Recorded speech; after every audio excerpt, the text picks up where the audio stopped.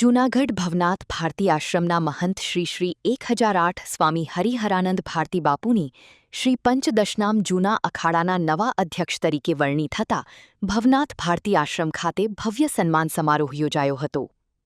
સમારોહ દરમિયાન વિવિધ સમાજના આગેવાનો, પ્રતિનિધિઓ અને ભક્તોએ હરિહરાનંદ બાપુનું શાલ અને પુષ્પહાર અર્પણ કરી સન્માન કર્યું હતું. કાર્યક્રમમાં સર્વ સમાજના લોકો તેમજ ભારતી આશ્રમના સેવકગણ પરિવાર સાથે ઉપસ્થિત રહ્યા હતા. આ પ્રસંગે રાજકીય અને સામાજિક ક્ષેત્રના અગ્રણીઓ પણ હાજર રહ્યા હતા. ભારતી આશ્રમ સેવક પરિવાર દ્વારા સમગ્ર કાર્યક્રમનું સફળ આયોજન કરવામાં આવ્યું હતું. રિપોર્ટર પ્રકાશ દવે, જૂનાગઢ. કિનારે ઓમ નમો નારાયણ. સ્વામી અવધેશાનંદ ભારતી શ્રી પંચદશનામ જૂના અખાડાથી આજે જણાવતા ખૂબ જ આનંદની વાત થાય.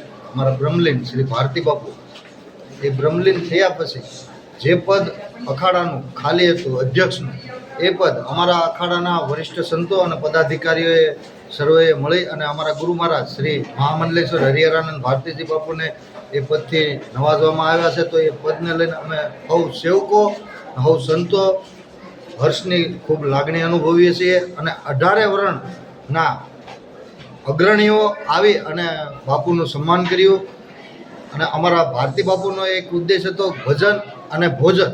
ભજન પોતે કરો ને ભોજન કરાવો, એ ઉદ્દેશને લઈને હવે અમે સેવકો પણ સંતો પણ હાલી રહ્યા છીએ અને એ પદ મળ્યું એ બદલ અમને ખૂબ હર્ષ અનુભવીએ છીએ. ઓમ નમો નારાયણ. જય ગિરનારી.